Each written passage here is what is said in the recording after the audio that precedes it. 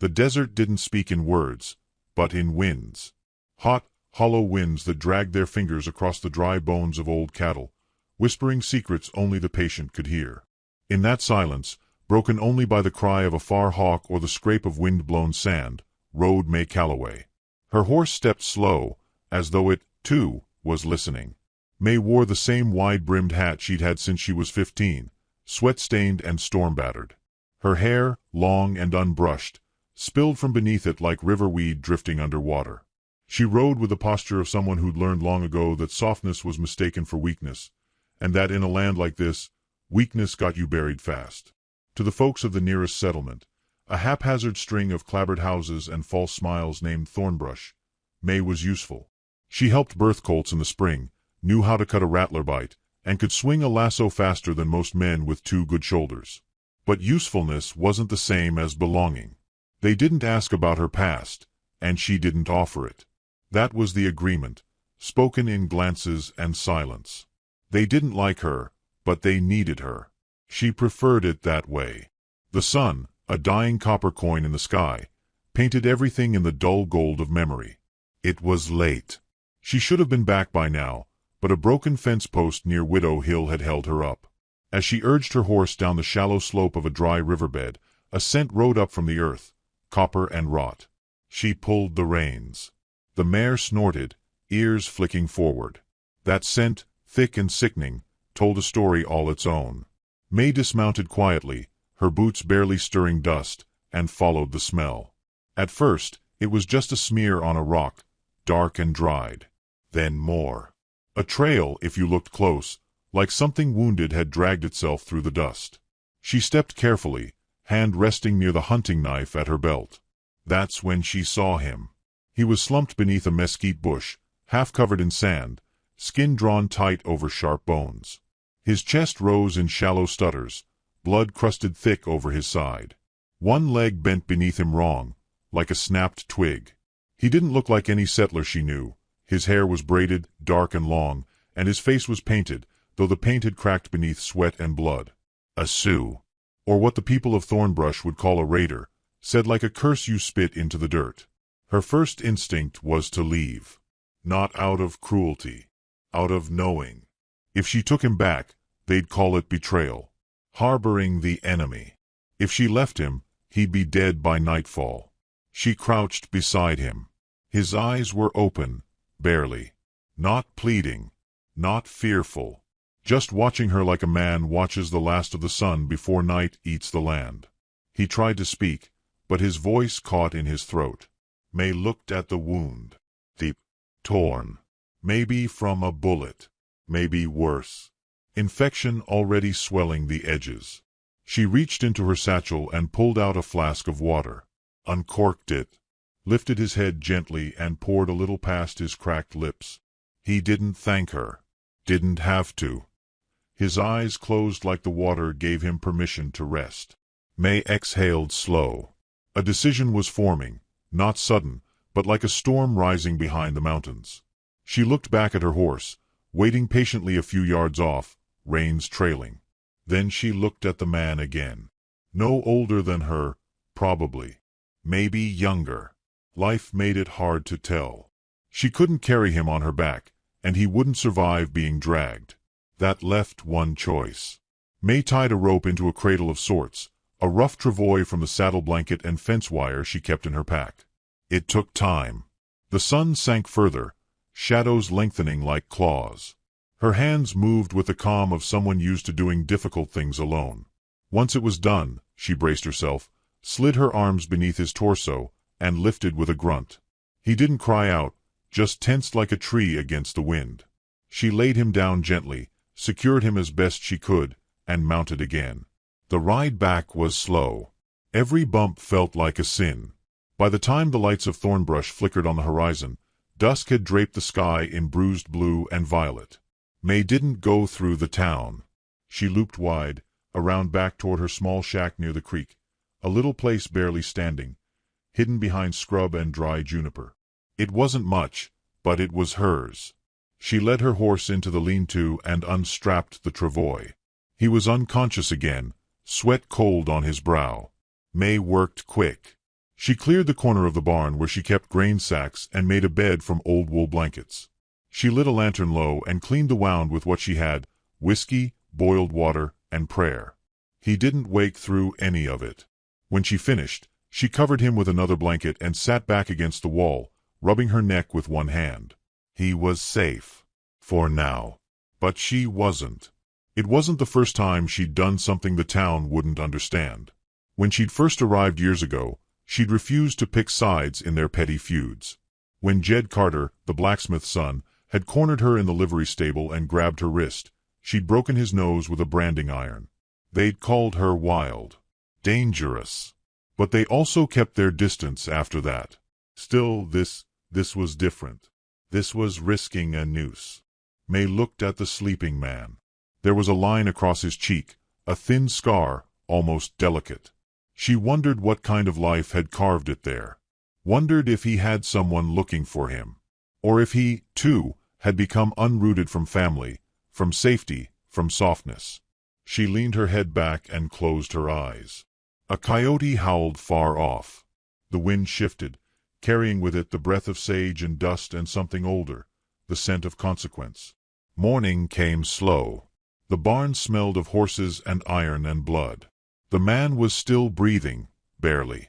May stepped outside, face to the rising sun, and let its warmth settle into her shoulders. She could feel the weight of what she'd done, not regret, exactly, but the gravity of choice. Like a single stone dropped into a still pond, ripples already beginning to stretch. She knew the desert would not keep this secret forever. Someone would notice she wasn't in town yesterday. That she hadn't shown up for the medicine run. And once they started asking questions, the answers would be hard to lie through. May fed the horses. Checked the perimeter. When she stepped back into the barn, she found him awake. He didn't move, just turned his head slightly to look at her. She knelt beside him. No words.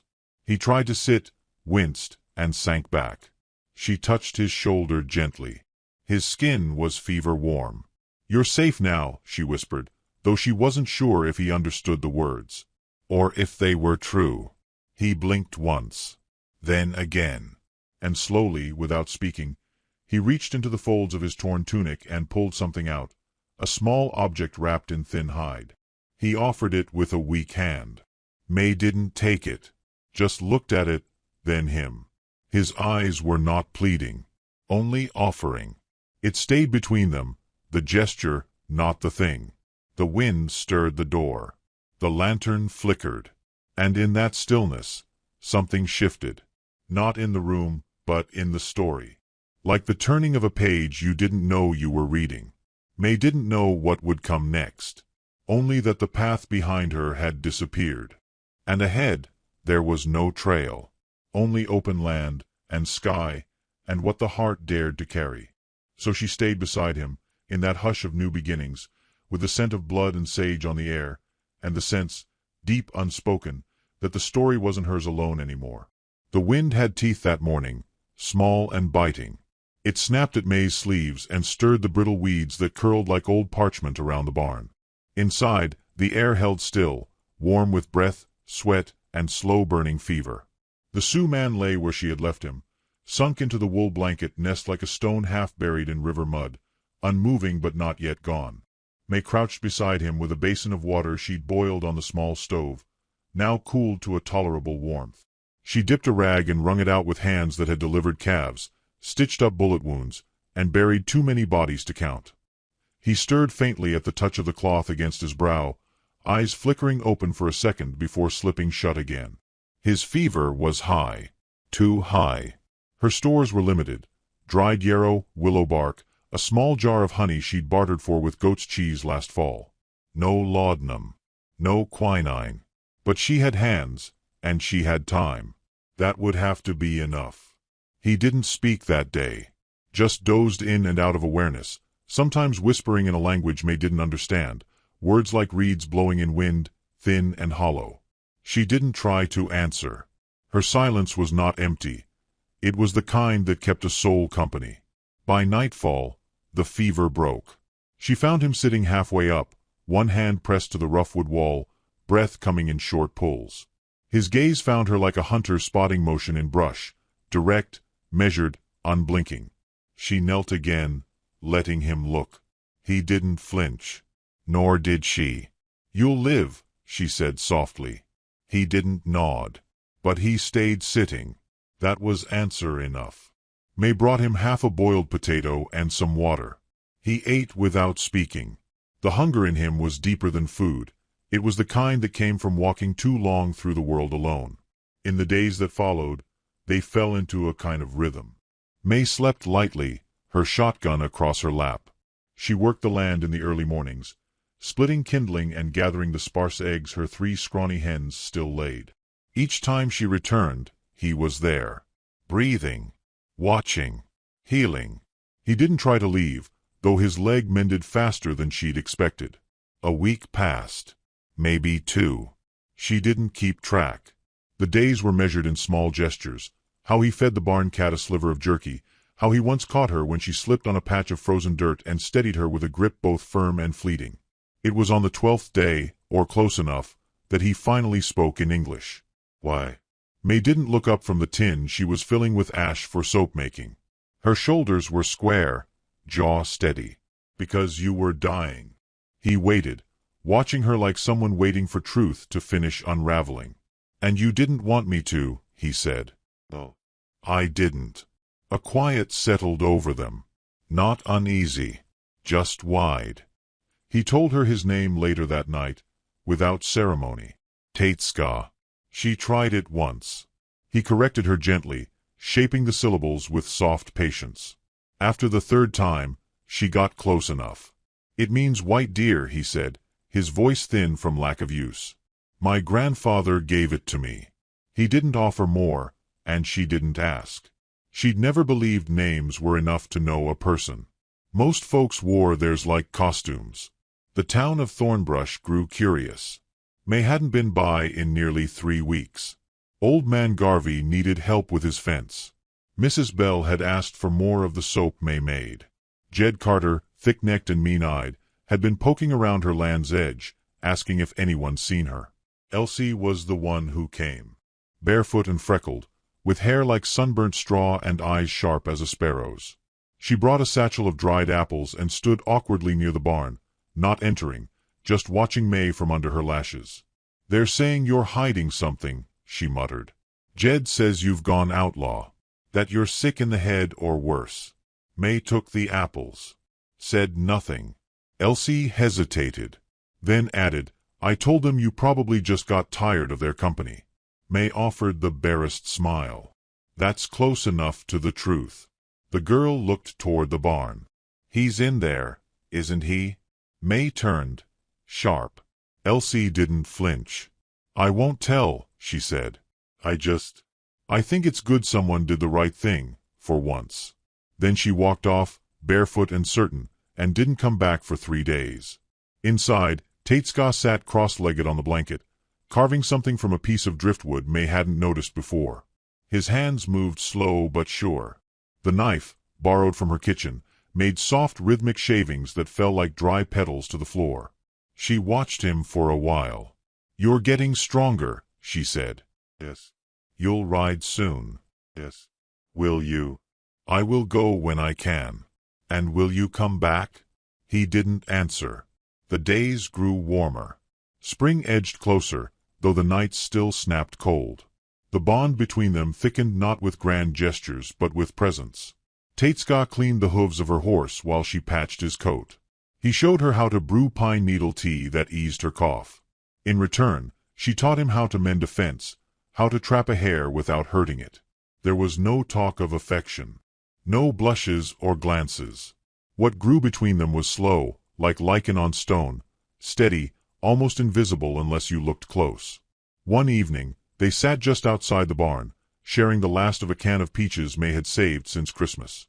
The light was low, the kind of light that makes everything feel remembered before it's gone.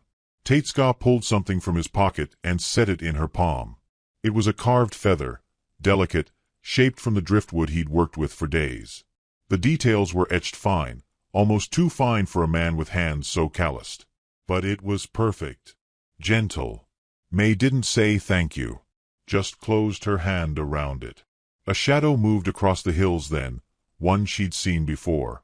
Jed Carter, astride a roan gelding, staring down toward her land like he could smell something unclean. Taitska followed her gaze. His face didn't change, but the stillness in him sharpened. He suspects, May said. Yes. Will he act? Eventually. What will you do? What I must. To protect you. You don't owe me that. I owe the world something better than silence. She turned to look at him. He wasn't handsome in the way the town boys were handsome, clean-faced and grinning and empty. He looked like the land, weathered, etched by hardship, but still standing. Still sacred. She wanted to ask if he believed in fate. If he thought their paths had meant to cross, or if the desert had simply grown tired of swallowing everything good. But instead, she said nothing. That night, she dreamed of fire. Smoke curling through barn rafters, horses screaming, Taitska's face turning to ash. She woke breathless, fingers curled tight around the wooden feather beneath her pillow. The air outside was still. The stars above blinked like slow thoughts in the wide sky. She stepped out, barefoot in the dust. A sound reached her, faint but unmistakable, hoofbeats. Distant. Approaching. May didn't wake him. Not yet. She stood alone in the doorway of her barn, watching the hills, waiting for the shape of things to come. Her fingers brushed the feather in her pocket like it was a promise. Behind her, Taitska stirred. Not yet, she said aloud, to him or to the darkness. But soon. The storm didn't arrive with thunder. It came in silence, wrapped in the dry hush of a too-still sky, where even the birds seemed to have swallowed their songs. The kind of quiet that made your bones lean in, waiting for the shift. May felt it first in her chest. That morning, the wind moved wrong. It touched the land like it was asking questions. The kind of wind that had weight to it. Not heavy like rain. Heavy like consequence. Taitska stood by the horse corral, eyes narrowed toward the east. His leg, once too swollen for movement, now carried him with only a slight limp. In his hand, he held a strand of braided horsehair, fingers moving almost thoughtlessly as he worked it into a loop. May watched from the porch, wiping her hands on the hem of her shirt. She didn't ask what he saw. She'd learned by now that when Taitska was quiet, he was listening to more than just sound. He spoke without turning. They will come. May didn't ask who. She already knew. They'd been lucky. Too lucky, perhaps. Word had not spread quickly, and May's isolation had bought them time. But the desert was not endless, and men like Jed Carter had eyes sharpened by suspicion. She'd seen the way he watched her land, like he was waiting for it to confess. May stepped down from the porch and walked to the corral. She picked up a stray rope and coiled it without thinking. Her voice, when it came, was calm and clear. What do we do? Taitska looked at her then. His eyes were not afraid. They held something older, heavier.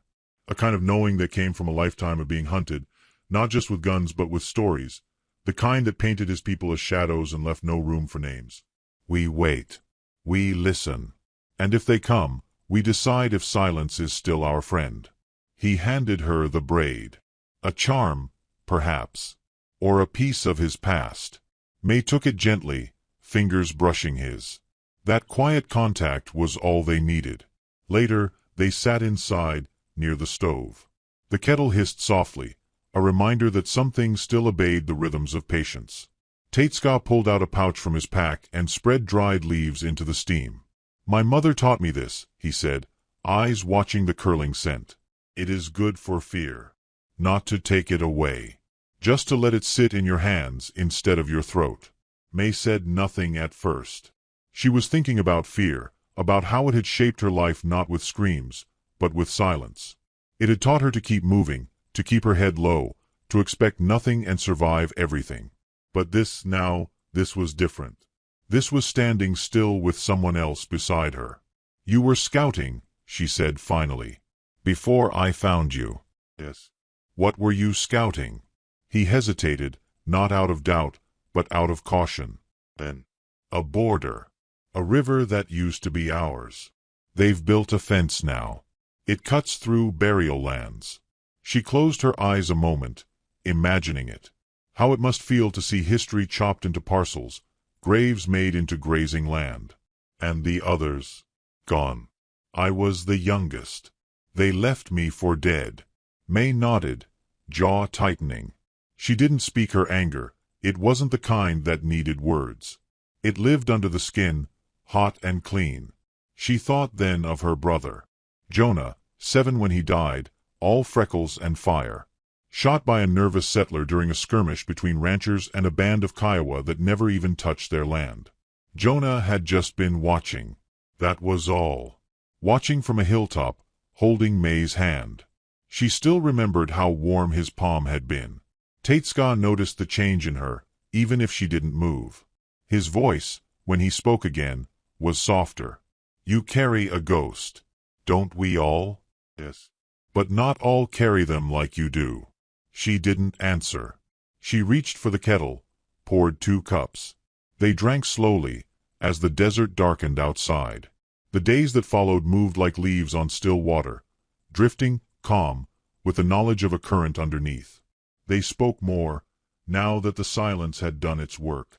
Not in great sweeps, but in moments that meant more because they weren't asked for. Tatska showed her how to find water signs in cracked dirt. She taught him how to mend boots with thread made from sinew. He carved another feather, this one smaller, and tucked it into the edge of her hat without asking. She left it there, and when she walked through the dust, it danced in the wind like a promise. But the tension grew. May saw the riders before they reached her land. 4 men. One of them was Jed. She didn't panic. She simply opened the barn door and looked at Tatska. They're here. He didn't move right away.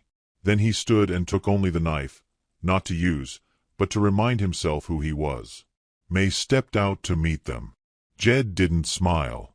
His eyes scanned the land behind her like he'd already decided the truth and was just waiting for it to step out and greet him. You've been real quiet, May. Quiet suits me, she said. Don't suit the town. We like to know our own. That what I am. Jed leaned forward slightly on his saddle. His voice dropped to something colder. You hiding something, Calloway? She didn't flinch. You think I'd tell you if I was? The men chuckled behind him. Not laughter. Just the kind of sound men make when they think they've won something. Jed's eyes sharpened. He leaned forward again, voice low. I saw tracks. Indian tracks. Near the East Ridge. Small prints. Dragging a leg. Sound like anyone you know? May shrugged. Sounds like someone got lost. Desert does that. Jed dismounted. Tatska was inside. She could feel him, still as a held breath. Jed took a step toward the barn. May blocked his path. You want to go snooping in my barn? You better have a warrant. Or a death wish. Jed smiled, but it didn't reach his eyes. You think you scare me? No, she said. I think you scare easy, and that's worse. For a long second, the wind was the only sound. Then Jed spat into the dust and turned. We'll be back. With questions and guns. Then ride careful, May said. It's easy to get lost out here. That night, Tatska said he should leave. They'll come back. I won't be the reason your land burns. You're not, she said. May, you've done more than most ever would. But kindness is a fire. It spreads. It draws eyes. She looked at him then. Really looked. He wasn't asking for permission. He was giving her freedom. The freedom to walk away from what might come. She shook her head. You don't get to disappear. Not after all this. You're not a shadow. You're not just a story they tell in fear. You're here. And I see you. He didn't speak for a long time. Then. And if I stay, then we stand together. He stepped closer. Not enough to touch. Just enough to share breath. Then we stand. The storm broke the next day. But it wasn't gunfire or galloping hooves. It was a letter. Elsie brought it. Her hands trembled. They're planning to raid your barn tonight, she whispered. Jed and 2 others. They're gonna burn it. Say they found signs of a raider. They're gonna make you an example. May felt the words like cold water down her spine. She looked at Tateska. He didn't look surprised, only resolved. We can run, she said. They will follow. We can fight. They'll call us outlaws. Then what? Then we make them see what mercy looks like when it stands its ground. And so they waited. Night fell. The stars flickered like warnings. May held the shotgun. Tateska stood beside her with nothing but the knife and the courage of those who have already been buried once. They didn't speak. Not until the first boot step touched the porch. Then May said one word. No. And in that single moment, the silence became something else entirely. It became decision. It became fire. And the storm, long held at bay, finally began to speak. The riders came after midnight, moving quiet as shadows but mean as broken glass. 3 of them, just as Elsie had said. Jed Carter at the front, his silhouette cut sharp by the low moon, a rifle slung lazy across his back and Cruelty sitting square in his saddle. Behind him rode Clay Henley and Amos Trigg, both more loyal to fear than cause, eyes glinting under brimmed hats as if they'd already seen blood and wanted more. May had been waiting. She stood on the porch, shotgun in hand, lantern burning behind her, casting a soft gold halo around her frame. She didn't shake, didn't flinch. Her breath was slow, even. The air smelled of mesquite and smoke, though the fire hadn't started yet. Jed pulled his horse to a halt, boots creaking in the stirrups. His eyes found her like a man choosing the spot to drive a nail. Evening. May. This is trespass, she said evenly. You bring your trash onto my land after dark, you'd best have a reason. He smirked. Got one. Heard tell you're harboring an enemy. Figured I'd save the law some trouble and come check. Enemy? She tilted her head slightly. I suppose you mean a man near dying, left to rot in the dirt like a broken fence post. That what you call an enemy now? Jed dismounted, dust swirling at his feet. The others followed suit, rifles slung forward. That what you call him? I call him a man. Same as you, though barely. Behind her, the barn door creaked softly. Tateska stood in the shadows, just inside. He didn't step forward, not yet, but his presence was felt. Solid. Waiting. Jed noticed the movement. His voice curled like smoke. There he is. Thought he'd hide like a rabbit. Tateska stepped out then, barehanded, eyes clear. I'm not hiding. Jed's grin spread, but it was a cruel, thin thing. You speak English, huh? Good. Makes this easier. May raised the shotgun slightly, not aiming it, but not low either. You think this is justice? 3 men with guns for 1 injured man and a woman? I think it's cleanup, Jed replied. You brought this on yourself, May. Everyone in town's talking. You chose a side. And it ain't ours. I didn't choose a side, she said. I chose a person. A life. Same thing. Jed nodded once at Clay. The younger man moved toward the barn with a rag and a flask of kerosene. Amos followed, lighting a match with shaking fingers. May's voice sliced through the dark. You light that barn, and I will shoot. You hear me? This land is mine. That barn holds everything I've built, everything I am. Jed's smile vanished. He stepped forward, close now, close enough for her to see the flint in his eyes. Then give him up. We'll take him. You can stay. Start over. Pretend none of this happened. She looked at Tateska. He didn't beg, didn't move. He only met her eyes, steady, quiet. You leave him alone, she said, or you'll have to burn me too. Jed's jaw flexed. The tension in the air was a taut wire, humming with what-ifs. Then Tateska stepped forward, slow and sure, placing himself between May and the others. Enough, he said. Let her go. This is my debt. May's voice cracked sharp. Don't you dare. He turned slightly toward her. If I let them take me, maybe they'll stop. They won't, she said. You think surrender buys peace? It only feeds their hunger. Tateska looked back at Jed. Then he dropped to one knee, hands open. If it ends this, take me. Jed's eyes gleamed. Thought you'd see reason. He motioned, and Amos stepped forward to bind Tateska's wrists. But May moved first, swift as a storm wind. She brought the shotgun up and cocked it, the sound loud as a bell in the night. You touch him, and I will shoot. I swear it. Clay froze. Amos hesitated. Jed stared at her, fury blooming across his face. You'd kill for him? I already risked my life to save him. Killing would be the easier part. Jed stared long at her, then spat into the dirt. You're lost, May. You were always too soft for this land. And you were always too scared of anything softer than your own damn hate. He turned to the others. Take him. Leave her. But Tateska had already moved. In one fluid motion, he kicked Amos's legs from under him, rolled, and knocked Clay's rifle aside. The barn cat screamed and darted out as a scuffle exploded in the dust. May fired once, into the air. A warning. The sound cracked the stillness. Jed pulled his gun, and before May could aim, he struck her with the butt of it. The world spun sideways. Her knees hit dirt. Blood filled her mouth. Somewhere, someone yelled. When her vision steadied, she saw Tateska on the ground, hands behind his back, wrists bound with rough twine. Jed stood over him, breathing heavy, eyes wild. This ends now, Jed growled. One less savage in the world. He raised his rifle. May pushed up from the dirt, blood on her teeth, fire in her bones. Stop. Her voice didn't shout. It cracked, low and guttural, like something primal breaking through. You kill him, and I swear to God, this town will know what you did.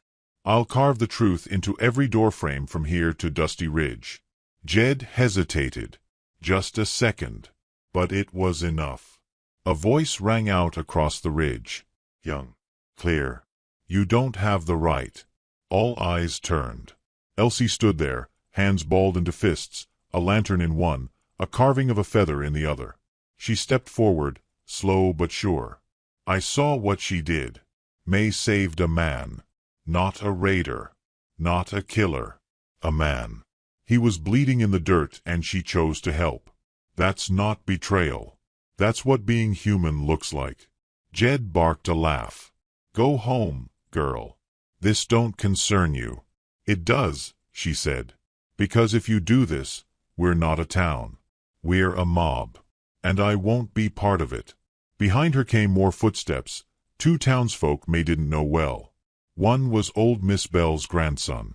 Another was a ranch hand from the Carter place. They didn't speak, but they stood beside Elsie, lanterns in hand, faces uncertain but present. Jed looked at them, at May, at the man bound at his feet. For a moment, his certainty faltered.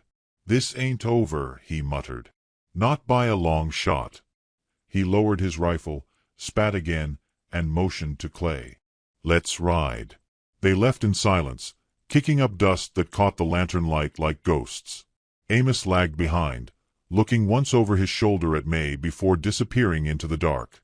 May crawled to Tateska, hands shaking, heart thudding. He's gone, she whispered. He nodded. Blood trickled from his lip. His wrists bled. She cut the twine, and he winced, but didn't complain. Elsie knelt beside them. You okay? We will be, May said. Her voice rough but sure. The others began to drift back, lanterns bobbing like floating stars. Tateska sat up slowly, breathing through his teeth. You didn't have to do that, he said softly. Yes, I did. You were bleeding. So were you. She leaned against him, just slightly, and he let her. The night cooled around them, quiet returning in slow steps. The fire hadn't touched the barn. The horses were calm now. And though nothing had burned, something had changed. By morning, word would spread. Not of a raid or a betrayal, but of a choice. Of a woman who stood between hate and a man worth saving. Of a girl who spoke truth in the face of noise. Of a storm that passed not with thunder, but with a promise. May sat with Tateska until the stars began to fade, her hand resting gently on his. They were still breathing. And that was enough, for now. The land softened in spring, like it remembered how to forgive. Where winter had cracked it dry, now it bloomed with wildflowers in stubborn patches, blooms the color of bruises and morning light. The wind that once came with bite now moved gentle, stirring tall grass like fingers brushing through hair. The desert had not changed its bones, but something in its skin had shifted. May stood on the ridge above her land, boots planted firm, arms folded across her chest. Below her, the world unfolded in gold and sage, the barn, still standing, the house, patched with salvaged wood and prayer, the corral, now holding 2 horses instead of 1. She looked out not as someone bracing for the next storm, but as someone learning, day by slow day, how to live in the stillness that followed it. Tateska was at the creek, sleeves rolled to his elbows, washing root vegetables in silence. His long hair was tied back now, woven with beads May had found in her father's old trunk, tucked away like forgotten blessings. His hands moved slow, deliberate. Every gesture he made had the shape of reverence, like even the smallest task was a song for someone who no longer walked the earth. They hadn't spoken of that night again. Not in words. What was there to say that hadn't already been carved into flesh, into bone? Jed hadn't returned. He'd gone quiet, his fire damped by the weight of too many watching eyes. Thornbrush changed too, not loudly, but subtly. The blacksmith offered May copper nails without asking payment. Miss Bell sent a pie, crust burnt but intention soft. Children waved when they passed her land. No one said, sorry, but the silence was less sharp now. May and Tateska built a new fence together, not to keep things out, but to know where their home began. They planted sage and corn and 3 apple saplings too young to promise fruit. He carved wind chimes from bone and driftwood, and they hung above the porch, singing to the dusk. Most nights they sat side by side as the sun bled into the horizon, not touching, not needing to. Their silence had changed, no longer a shield, but a shared breath. It was near sundown when the rider came. May saw the dust long before she saw the horse. A single plume rising in the still air. She stood slowly, her body reacting before her thoughts caught up. She called out once, low, sharp. Tateska looked up from the creek. He rose without rushing, drying his hands on his shirt, eyes narrowing toward the ridge. The rider came fast, dirt kicking behind the hooves like smoke from a slow fire. May rested one hand on the old shotgun by the porch. She didn't want to use it, but the air had attention to it. The wind had gone still again. As the rider crested the ridge, May saw a face she didn't expect. It was Elsie. She pulled the horse up short, dust clouding around her. Her face was red from the ride, lips dry, but her eyes were steady. "They're coming," she said, breath heaving. May stepped forward, her voice low. "Who?" "Not Jed. Not the townsfolk. Soldiers." Tateska moved beside her, still, unreadable. "What soldiers?" May asked. "A patrol from Fort Anders. Someone sent word, said a raider was being hidden by a settler woman. The captain's got no mind for townsfolk talk. He's coming to make an example." "How many?" "6. Maybe 7. With rifles. And they're not asking questions." May's mouth went dry. "When?" Elsie looked behind her. For a moment, the world stopped, then moved too fast. May turned to Tateska. "Go. Take the north trail. They won't see you through the gulch." He didn't move. "This isn't a debate," she said. Still, he stayed. "You think I'll run now? After everything?" "They'll kill you," she said, voice cracking. "And this time, there won't be a town to stop it. Then I die standing." "Oh, no, you don't." She grabbed his hand, rough fingers curling around his. "You don't get to be a lesson in someone else's story. You get to live. That's what you get." His gaze was quiet, but full. It said everything he wouldn't. "And you?" "I'll buy you time." Elsie looked between them, unsure. "There's a bluff near the back trail," Tateska said. "If I go now, I can be over it before they reach the gate." "But..." May pressed something into his hand. The wooden feather. Weathered, but still whole. "Come back when the sky's painted," she said. He held it tight for a moment, then nodded once. Then he was gone, feet quick, disappearing into the tall grass like smoke into dusk. May turned to Elsie. "Go home. Tell them nothing." Elsie hesitated. Then, voice soft, "You're not alone anymore." "I know." And the girl rode off, dust rising behind her, heading for town. May stepped inside the barn and took her father's coat from the peg. The one with the deep pockets and the bullet hole through the left side. She loaded 2 shells into the shotgun, checked the third she kept in her boot. Her hands didn't shake. She waited. They came fast. Soldiers rode like they had nothing to fear, and everything to prove. 6 of them, in dusty blue coats and shining brass buttons, rifles slung like afterthoughts. The lead rider, a captain by the look of his belt, dismounted first. He was clean-shaven, eyes hard. "You May Calloway?" "I am." "We've received word you're harboring a hostile. A Sioux raider. We're authorized to search your property and detain anyone resisting. You got a name to go with that uniform?" "Captain Vernon R. Lyle. United States Cavalry." "You got a warrant, Captain?" He didn't smile. "Don't need one. Territory law authorizes seizure of hostile property during active pursuit. Now step aside." She didn't move. "Not yet. And if I don't?" He looked at the barn, then at her. "Then we burn what we can't find." Behind her, the wind stirred the chimes. She heard them singing. "I won't let you," she said. The soldiers dismounted. Rifles raised, not pointed, but ready. Captain Lyle took a step forward. "Where is he?" "Gone." "You expect me to believe that?" "No." "I expect you to leave before you find out what I'm willing to do for someone I care about." He stared. Saw the blood on her lip, the burn scar on her hand, the shotgun held firm against her hip. And maybe he remembered other places. Other women. Other fires. He didn't call her bluff. "Burn it," he said to the man beside him. One soldier stepped toward the barn with a lantern. May raised the gun. "You throw that, I'll put a hole in you they'll bury open." The man froze.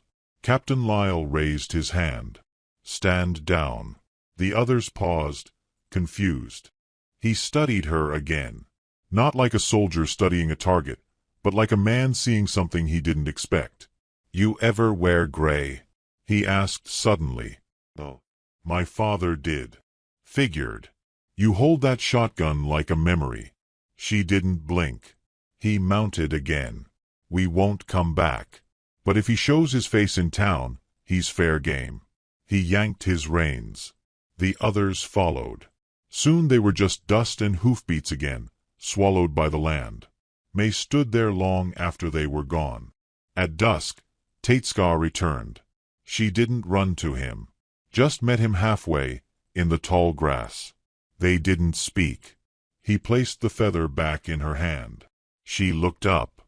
The sky above them was aflame, orange and rose and a violet so deep it felt like song. The Valley of the Painted Sky, they'd started calling it. A place where something had changed. May reached for his hand. "We build something now," she said. "We already have." He smiled, just once. Just enough. And as the stars blinked open above them, they walked back to the house. Together, slow, unafraid. Sometimes, a war ends not with a treaty, but with a choice. And sometimes, love isn't a flame. It's a shelter. Not loud, but everlasting. The year was 1889, and the wind moaned low through the scorched hills, curling like a wounded animal around the blackened bones of Hollow Creek Ranch. Ash fell like dry snow, soft and slow, muffling the silence with a kind of reverence, as if the land itself held its breath in mourning. Smoke rose from the barn's twisted frame, its ribs charred and broken, a beast gutted and left to rot under the indifferent sky. One bull stood tethered near the fence line, smoke curling from his singed coat, eyes wide with the dumb, enduring patience of something that had seen too much. Rowan Hart rode into that silence with dust on her boots and blood in her mouth. Not her own. A dry cut from a branch she hadn't noticed in the ride back. It didn't matter. Nothing did now, not the ache in her shoulders or the burning in her eyes. Her father's horse was gone. So were the rest of the cattle. The gates hung broken. The water trough overturned. But that wasn't what stopped her cold. It was the stillness. The way the place she'd known all her life no longer breathed. She dismounted, one boot crunching on blackened dirt. Her breath came slow and shallow. She called for him, once. Pa. But the sound died before it reached the porch. She found him near the kitchen garden. He'd crawled partway toward the house, as if he'd tried to make it to the hearth one last time. His hat was gone, his shirt soaked dark from where the bullet had taken him. Flies moved slow in the morning chill, not bold enough yet for the day's heat. She knelt beside him and didn't cry. Not right away. There was a strange stillness inside her, a blank place where her heart should have been. She touched his face, rough and unshaved. His eyes were closed. That was a kindness. One hand was curled into a fist, clutching a torn scrap of paper. Half a map, maybe. She took it without opening it. The burial was quiet. A shovel from the shed, dry earth that resisted every strike. She dug until her hands blistered and her back screamed. Then she laid him down beside the old sycamore where her mother had been buried when Rowan was 12. A stone for a marker, nothing carved, just the way Pa would have wanted. She stood for a long time, staring at the fresh earth, her lips pressed together like she was holding something back. Maybe a prayer. Maybe a scream. When she finally looked up, the land stretched wide and empty around her. Hollow Creek was gone. Just like that. She rode out before the sun finished climbing, taking only what she could carry. Her saddle, a rifle, and the last branded bull, coaxed into following with quiet words and steady hands. She didn't look back. There was nothing left worth seeing. The road to Briar Hollow was long, winding through gulches and dry riverbeds where shadows clung like secrets. The bull lagged behind, stubborn and slow. But she talked to him like he was an old friend. He was the only soul left who knew her father's name. Briar Hollow wasn't on any map that mattered, but folks knew it. It lay low between the hills, wrapped in a bend of the river that still flowed even in summer. The air there smelled of soil and sweetgrass. Rowan rode in at dusk, just as the sun dipped behind the ridge, painting the sky with the bruised colors of sleep. Pearl Walker stood in the doorway of her house, one hand on her hip, the other holding a lantern. She was thinner than Rowan remembered, her once dark hair now more silver than black, but the eyes hadn't changed. Sharp, gray, and searching. Rowan didn't dismount. She just sat there, covered in dust and death. "You're Elias's girl," Pearl said, after a long moment. Rowan nodded. "I heard," Pearl added softly. "I'm sorry." Rowan didn't answer. Her throat was a dry knot. Pearl stepped aside without asking anything more. Inside, the house smelled like lavender and old wood. Rowan dropped her bag near the door and sat in the chair Pearl pointed to. A cup of warm water, then a plate of cornbread, rough and dry but real. She ate like a woman who'd forgotten what hunger felt like. Pearl said nothing, just watched. That night, Rowan didn't sleep. She lay on the cot near the window, listening to the wind shift through the orchard. Every creak of wood sounded like gunfire. Every shadow was a memory. In the morning, she met the others. Maggie was in the barn, wrestling with a feed sack and cursing like a dockhand. She had red hair piled high and a mouth that rarely stopped moving. Her dress was too fine for farm work, but worn through at the seams. She raised an eyebrow when she saw Rowan. "You're the dead man's daughter," she said flatly. Rowan just nodded. "Right," Maggie said, turning back to the feed. "Don't touch my whiskey and we'll get along fine." Moira was different. She kept to herself, moving with a quiet grace that came from knowing too much pain. She tended the goats and the herb garden. When Rowan passed her near the well, Moira gave a small nod. Not cold. Not warm. Just recognition. The three of them didn't speak much. They worked the land like mules, side by side but never truly together. Rowan didn't mind. She was good with silence. It had been her only company since she was 12, since her mother's death carved her open. Pearl tried to fill the gaps. She made stew in the evenings and told stories of the old days, of boarding houses and bootleggers, of men who came and went and the women who stayed behind. But her face creased deeper every time she opened a letter from the bank. Rowan saw the worry in her eyes, the fear she tried to hide. She asked, one night, how long Pearl had. 3 days, Pearl said simply. Then they take it. Rowan felt something shift then, deep in her bones. The land had already taken her father. It would not take this place too. She couldn't let it, even if it wasn't hers. Later, in the barn, Maggie spoke while cleaning a saddle. There's a cattle auction coming up in Red Bluff, she said, not looking up. Big prize money. Enough to pay off a farm, if you're lucky. Rowan said nothing, but something sparked in her chest. A seed of something that might have once been hope. That night, under the stars, Rowan wrote 2 letters by the light of a stubby candle. Her hand hesitated before writing the names. Unia. Lark. Sisters she hadn't seen in over a decade. One wild. One gentle. Both lost to time. She didn't know if the letters would find them. Didn't even know if she wanted them to. But she sent them anyway. Folded the pages like prayers and gave them to a rider heading north. The next morning, Rowan stood alone by the paddock, watching the bull graze with slow, deliberate movements. She rested her hands on the fence post, rough wood biting into her palms. Behind her, Pearl worked in the garden. Moira hung laundry in the breeze. Maggie cursed again from the barn. It was not home. But it wasn't hollow either. The wind whispered through the orchard again, softer this time. Like the land hadn't given up just yet. And neither had Rowan. Rain came in quiet sheets that night, soft as breath on the barn roof.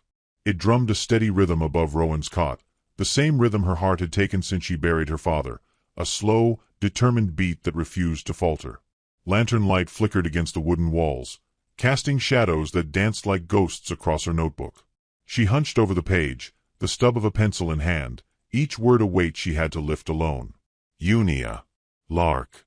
2 names she hadn't spoken aloud in years, carved into her memory like initials into bark. One had run wild before she was old enough to ride.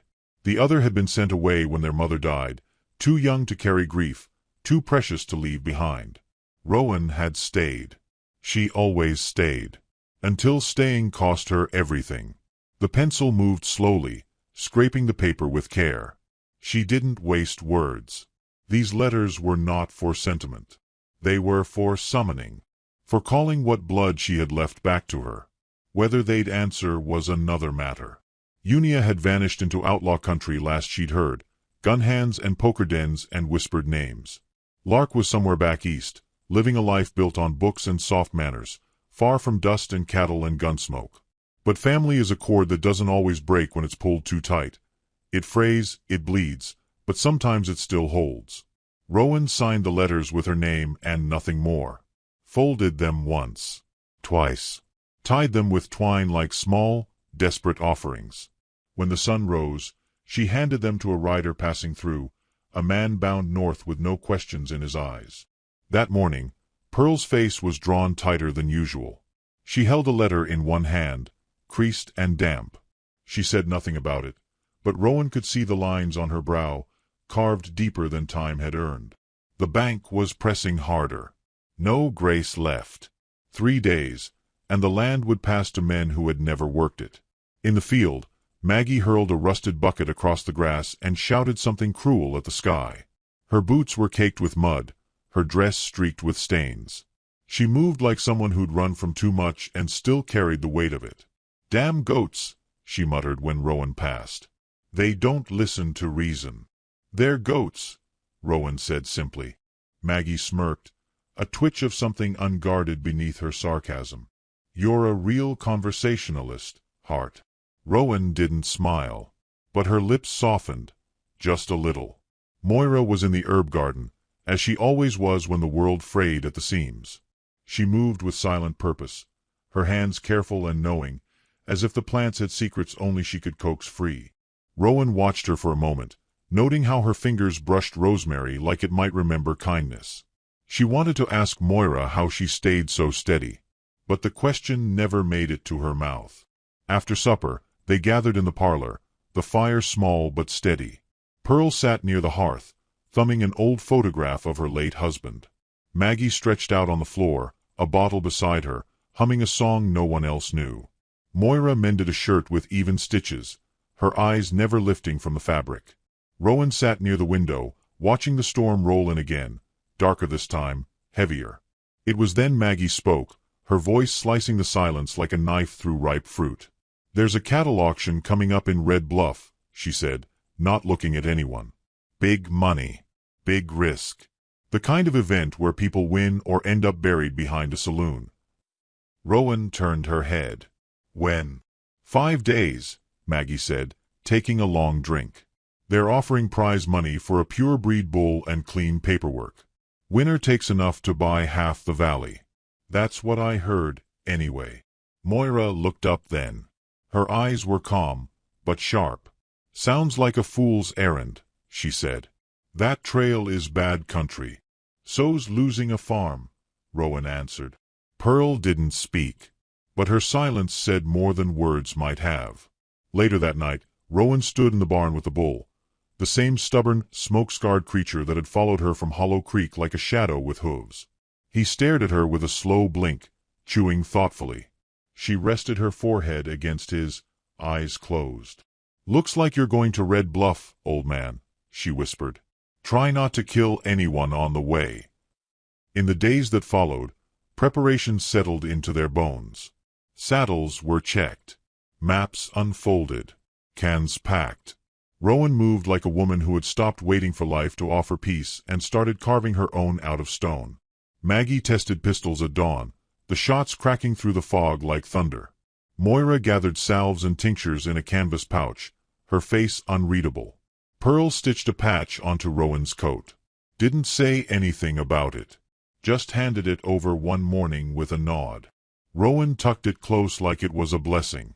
2 days before they were set to ride, Rowan found herself on the porch with Moira, watching clouds scatter low across the hills. "You've done this before," Rowan said quietly. Moira didn't deny it. "What did it cost you?" Moira's hands twisted in her lap. "Everything," she said. Then softer, "But it gave me back something too." Rowan looked at her then, not as a stranger, but as someone who'd walked the same broken road. "I don't know if I'm doing this for Pearl," she admitted. "Or for Pa. Or just because I need to hurt someone who deserves it." Moira turned, her gaze level. "As long as you know the difference, it matters less why you ride," she said. "Only how far you're willing to go once you start." In the distance, lightning split the horizon. Neither of them flinched. The morning of their departure came with cold air and a sky the color of slate. The bull was loaded, the supplies tied down. Maggie emerged with her hair braided and a long coat flapping like a crow's wings. Moira checked the straps one final time, her hands steady as ever. Rowan mounted without fanfare. She didn't need a speech. The road would write its own. Pearl stood by the gate, a hand on the post. "You sure about this?"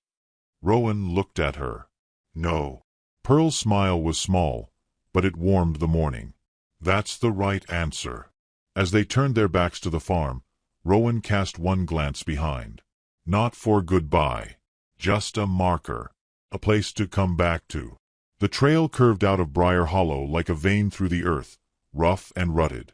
The wind picked up. The sky threatened. But the 3 women rode steady, flanked by silence and resolve.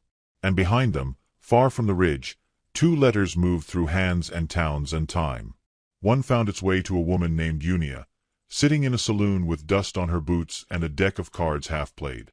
She opened the letter slowly, read the name, and didn't speak for a long while. The other reached a schoolhouse near the edge of a quiet town, where a woman named Lark sat among ledgers and worn books. She held the letter to her chest, her eyes closed like the words hurt more than any wound. Neither woman wept. But both began to pack. The sky had changed by the 3rd day of the ride. Blue no longer, but a shade nearer silver, as if the clouds had thinned to gauze and the sun had grown weary of watching. The land stretched ahead like a rough-stitched quilt of dust and thornbrush, its silence broken only by hoofbeats and the low mutterings of a bull too proud to complain and too stubborn to stop. Rowan rode ahead, the reins loose in her fingers. Maggie trailed behind, muttering curses every few minutes, though whether at the trail or at her aching bones, no one could tell. Moira rode in silence, steady and unshaken, her presence as grounding as the hills themselves. They spoke little, each lost in her own rhythm of breath and memory. Red Bluff lay another day's ride away, but it was not the town that occupied Rowan's mind. It was the letters. The gamble. The chance that two shadows from her past might emerge from dust and time, tethered not by love, but by something older, blood, and the ache of unfinished stories. She didn't speak of it, couldn't bring herself to. But her eyes lingered on every ridge, every speck of motion across the plains, as if searching for answers written into the land itself. They stopped at a crossroads where a rusted sign leaned eastward, more rust than wood now, pointing toward nowhere in particular. Rowan dismounted, stretched her legs, and scanned the horizon. The wind stirred, lifting her hair in slow curls, and then, faint as memory, hoofbeats. Not theirs. She turned slowly. A figure approached from the south, framed by the shimmer of heat off stone. A horse first, lean and mean. Then the rider, a woman dressed in weather-worn leathers, dark braid trailing down her back, rifle slung careless across one shoulder like a dare. As she drew nearer, the shape of her came into focus, and Rowan felt the breath still in her chest. Unia. She hadn't changed much, still walked like she didn't owe the ground a damn thing, still carried that smirk that danced the line between charm and warning. She pulled her horse to a slow stop, gave the group a long, unreadable look, then dismounted with the ease of someone who hadn't forgotten how to fight. "Nice bull," she said, tipping her head toward the beast with a crooked grin. Maggie stared, her mouth half open. "And who the hell is this?" Rowan stepped forward, slow and cautious. "My sister." Unia chuckled, low and soft. "That's one word for it." Moira didn't blink. She only offered a nod, respectful and reserved. "Got your letter," Unia said. "Wasn't planning on answering. Then I thought about Pa, figured I owed him that much." She walked past Rowan without another word and began unsaddling her horse. Her movements were methodical, practiced, like someone who had slept under more stars than roofs. No one spoke for a long while. That evening, campfire smoke coiled into the twilight like quiet stories rising to heaven. Unia sat with one knee pulled up, a knife flicking through an apple with the casual menace of someone who could do worse if needed. Maggie kept her distance, eyes sharp. Moira stirred stew, unmoved by the shift in group dynamics. "She always like this?" Unia asked, gesturing toward Maggie with her apple. "Only when she's breathing," Rowan replied, deadpan. Maggie barked a laugh. "You should have stayed wherever you were. We've got enough fire without gasoline." Unia shrugged. "Wasn't planning to stay long. Just figured you might need a little backup if things go sideways." "We're not looking for blood," Moira said gently. Unia's smile faltered, just for a heartbeat. "Then you're not looking hard enough." Later, Rowan sat beside her, passing a canteen between them in silence. The stars burned brighter here, unfiltered and wild. For a long time, they said nothing. "Heard Silas Blackthorne has a place up north," Unia murmured. "Big operation. Cattle, forgery, hired guns. Man like him doesn't grow unless the law looks the other way." "He killed Pa," Rowan said. "Shot him down for refusing to sell." Unia nodded slowly. "I believe it. Bastard stole half my old crew's claims 5 years back. Men disappeared. One of them was mine. They didn't say more. No comfort passed between them. But a thread began to stitch, unseen and quiet. By morning, the weather had turned. Clouds low and dark, dragging wind across the open plain. They rode in staggered silence, the bull snorting, Unia cracking jokes now and then just to see who would react. Maggie ignored her. Moira half smiled. Rowan just rode. It was nearly dusk when they reached the Red Oak Pass, a bottleneck trail flanked by jagged rock and old pine. Rowan pulled up short, her eyes narrowing.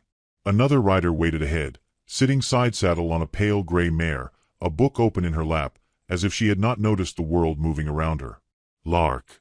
She wore a coat that didn't quite fit and glasses smudged with dust. Her hair was pinned in a loose knot. She looked up slowly, closed the book, and slid from the saddle with careful grace. She moved like someone who didn't belong out here, but had come anyway. "Rowan," she said, voice quiet but certain. Rowan dismounted without thinking, closing the distance in 3 long strides. She stopped just short, her breath catching. "I didn't think you would," Rowan whispered. "I almost didn't," Lark admitted. "But I remembered something Ma used to say, you don't abandon your blood when the wind's blowing hard." Rowan nodded once. That was all she could manage.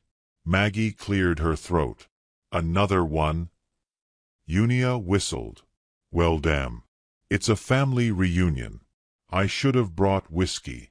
Introductions were brief. Lark had no flair, no bluster. But as they made camp again, her presence reshaped the circle. She carried documents, maps, notes scribbled in tidy ink. She had tracked Silas's holdings through forged deeds and false titles, could name half the banks he funneled money through. "He doesn't just steal cattle," Lark explained that night, voice low over the crackle of fire. "He rewrites the land beneath people's feet. The paper says he owns it, so the law follows." "Unless we break the paper," Rowan said. Lark nodded. "And show the truth." Unia spat into the dust. "Truth don't win gunfights. It wins juries," Lark replied. "Ever seen a jury that wasn't bought?" Unia shot back. Rowan stood, hands at her sides. "We don't need them all to believe. Just enough." The sisters looked at one another across years of silence, across pain that still shaped their spines and softened their voices. There was no clean forgiveness here. But there was something else. Shared purpose, perhaps. A reason to ride forward. By the next morning, the 5 women rode as one. They reached the low hills by midday. Lucky Kincaid waited at the base of a stone ridge, a flask in one hand, a revolver in the other. He hadn't shaved, hadn't bathed, but his eyes were clear. "You're late," he said. "We're right on time," Rowan answered. He led them through the hills to a place that didn't appear on any map, a canyon filled with stolen cattle and armed guards, ledgers hidden beneath false floors, brands burned in secret. It was Silas's empire, rotten at the core. They gathered what they needed: documents, tools, names. Moira stitched a gash in Rowan's palm after a fall. Unia kept watch. Maggie sweet-talked a sleepy guard into sharing the layout. Lark read the ledgers aloud, voice calm, eyes unblinking. As the sun fell, they mounted again. "What now?" Unia asked. "Now we go to Red Bluff," Rowan said. "And we finish it." They rode into the twilight, shadows stretched long, hearts heavy with what had been found and what would come. Rowan didn't look back. This time, they all followed. The road back from the hills carried more than saddlebags and stolen ledgers. It carried weight, of memory, of choice, of the sharp edge between justice and vengeance. The women rode in near silence, each wrapped in her own thoughts as the sun dipped low behind the cliffs, casting long shadows that reached like fingers across the trail. Rowan led, her eyes fixed forward, but her mind caught somewhere between the scorched ground of Hollow Creek and the courthouse steps waiting in Red Bluff. The documents were safe, tucked beneath layers of oilskin in Lark's pack, and yet it wasn't the proof she feared losing.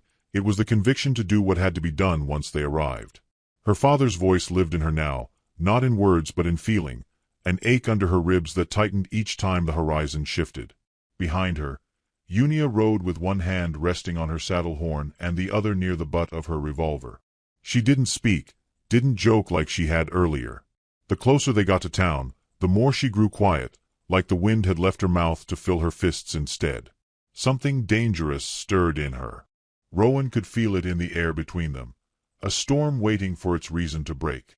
Lark sat upright in her saddle, back straight, hands gloved, the documents clutched as if they were holy texts. She'd been up late the night before, studying them again, reading aloud the list of ranches seized, dates altered, names forged. Her voice had not shaken. But now, her face was pale, her lips drawn thin. This wasn't the classroom. These weren't ideas. This was real, and the world didn't always bend for justice. She knew that now. Moira's horse moved steady at Rowan's side. She carried no gun, but there was something steel-forged in her posture. In the quiet way she scanned the trail's edges and watched the sky. A different kind of readiness. One born of losing things she'd loved and surviving the silence that came after. Maggie trailed last, muttering to herself and kicking at her horse's ribs when it slowed too much. She was still nursing a bruise on her thigh from the scuffle near Silas's hideout, and though she hadn't complained, she moved with a wince that said more than words. Still, there was fire in her. When they'd left the canyon, she'd lit a match and tossed it into one of Silas's bunkhouses, not looking back when the flames rose. "I want him to see it burning," she'd said, "before he falls." The first night, they camped under a thicket of cottonwoods, the fire small, voices smaller. Unia paced while the others rested. Moira brewed tea from the crushed herbs she carried, the scent drifting like comfort through the night. Rowan sat apart, sharpening her knife in long, steady strokes. The tension had sunk into her shoulders, into the hard set of her jaw. "You're not sleeping," Moira said, sitting beside her. "Didn't figure I would." Moira watched her for a while. "You're different now."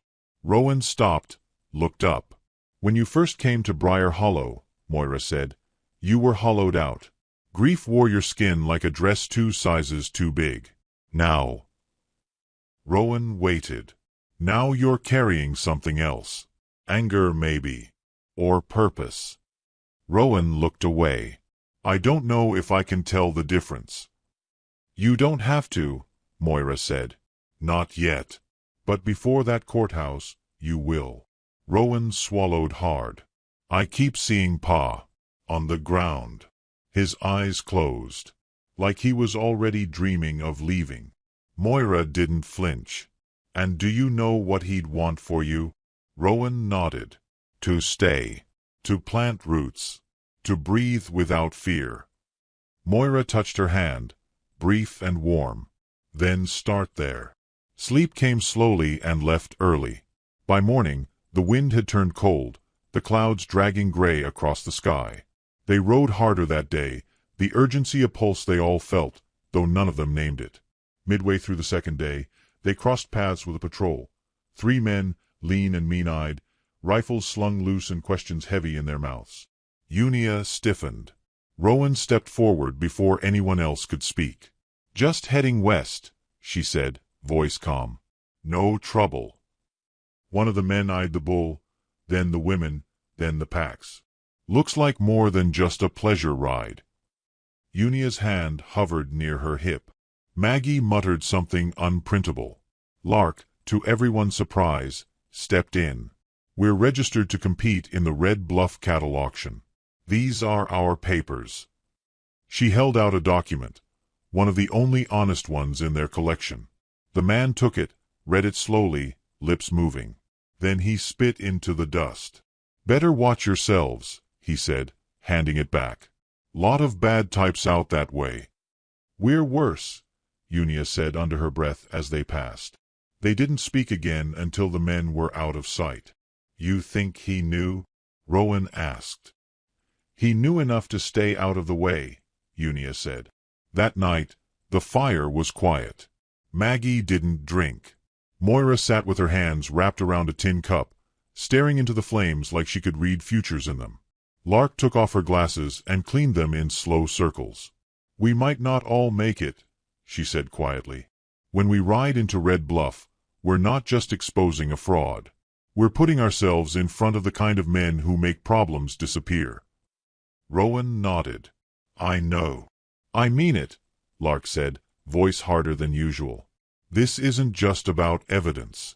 It's about who stands beside it, who dares to say it aloud." "I will," Rowan said. "So will I," Unia added. "I've got nothing left to lose," Maggie said. "And nothing worth living for if I turn away now." Moira didn't speak for a while. Then she lifted her gaze. He took too much from too many. I won't let him take one more. Rowan felt something shift inside her. Not fear. Not courage. Something quieter. Resolve. The final day brought them within sight of Red Bluff just after noon. The town spread out below like a stain against the golden hills, its buildings slouched and swollen with money. The courthouse stood at the center, a whitewashed lie of law and order. They camped outside town, hidden among the rocks. Tomorrow would bring their reckoning. Tonight, they settled in close, no one drifting far. The fire was just warmth now. No stories. No songs. Rowan walked a little ways from camp, stood on the ridge, and watched the wind stir the long grass below. She heard footsteps behind her but didn't turn. Unia joined her, hands in her coat pockets. "You ready?" she asked. "No." "Good," Unia said. "Means you won't do something stupid." Rowan finally looked at her. "Why did you come?" Unia shrugged. "Pa deserved better. And maybe I needed to know if I still had a family worth coming back for." Rowan nodded. "You do." Unia didn't smile. But she didn't look away either. "You know, after all this," Unia said, "you could stay. Build something." "I might," Rowan said. "Depends what's left when it's over." They stood in silence until the wind died down. Back at camp, Moira was already asleep, wrapped in her blanket like a child safe in a cradle. Maggie stared at the stars, fingers twitching like she was rehearsing lines no one had asked for. Lark sat with her notebook open, still writing, even now. Rowan lay beside the fire, staring into its belly until her eyes blurred. Tomorrow, she would walk into the courthouse with truth on her tongue and a storm at her back. Tomorrow, she would become the woman her father believed she could be. And tonight, she would rest beside her sisters, those born of blood and those found in fire. Morning arrived with the color of steel, cold light brushing across the red hills like a blade. The air was still, too still, as if the earth itself knew something was coming and held its breath in quiet reverence. Rowan Hart stood at the edge of camp, watching Red Bluff slowly stir below. Smoke from cook fires twisted up through chimney stacks, soft against the pale sky, as men in suits began to fill the courthouse square. From this distance, they looked like ants circling sugar, but Rowan knew better. They were wolves in pressed coats, all smiles and sharpened teeth. Behind her, the others stirred. Moira folded her blanket with careful hands, her expression unreadable but calm. Maggie dressed in silence, wiping dust from her boots as if she meant to face death clean. Lark tucked her glasses behind her ears, papers secured beneath her coat, lips set in a line of quiet resolve. And Unia loaded her revolver without flourish, each bullet sliding home with a click that sounded like judgment. They didn't speak until the last saddle was tightened and the bull was coaxed to his feet, ropes slack and gentle. Rowan approached the animal with slow steps, resting her hand against his neck. "You ready?" she whispered. The bull snorted softly, as if to say he'd always been. They rode toward town like a storm rolling in, slow, deliberate, impossible to ignore. Red Bluff noticed. By the time they reached the edge of Main Street, heads turned. Murmurs spread like brush fire. 5 women, dust-worn and steady-eyed, with a massive bull in tow and the kind of energy that made men shift uncomfortably in their boots. Sheriff Alden Tate met them first. He stepped off the boardwalk outside his office, one hand resting on his belt, the other raising his hat in a gesture caught between welcome and warning. "Rowan," he said carefully, "I don't know what this is, but I know the look of it. And it don't smell like peace." She dismounted without a word, reached into her coat, and handed him a folded ledger. He opened it. Read. Went pale. "These are Silas Blackthorne's records," Rowan said. "Stolen deeds. Stolen cattle. Evidence of arson. Murder." Tate looked up, his throat moving like he'd swallowed a stone. "He's at the courthouse," Rowan continued, "calling himself Mr. Crane. Bidding on Briar Hollow in the next hour." Tate hesitated, torn between duty and fear. "You knew," Lark said from behind her. "You just didn't have the proof. Now you do." The sheriff held the ledger a little tighter. Then he nodded once. "I'll walk in with you." They moved together down the street, the crowd parting as if the air had thickened. Townsfolk stepped back, unsure whether to watch or run. The courthouse loomed ahead, whitewashed and grand, meant to impress. Today it looked like a mausoleum waiting for the right name to carve into stone. Inside, the auction had already begun. The room smelled of ink and dust and power, packed with landowners and bankers and men who wore their wealth like armor. At the front, Judge Hollis sat behind the podium, spectacles low on his nose, gavel in hand. And beside him stood Silas Blackthorne. He was dressed like respectability, navy blue coat, gold pocket watch, silver-tipped boots.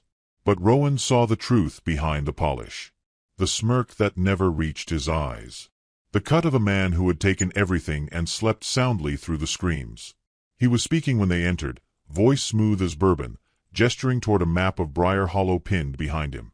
"And with this final acquisition," Silas said, "we will at last bring proper industry to the valley. Prosperity for all." Rowan stepped forward. "Liar." The room froze. Silas turned slowly. His smile faltered for just a heartbeat before it returned, tighter now. "Miss Hart, what an unexpected entrance." Sheriff Tate moved up beside her, holding the ledger high. "We have evidence, Judge. Fraudulent deeds.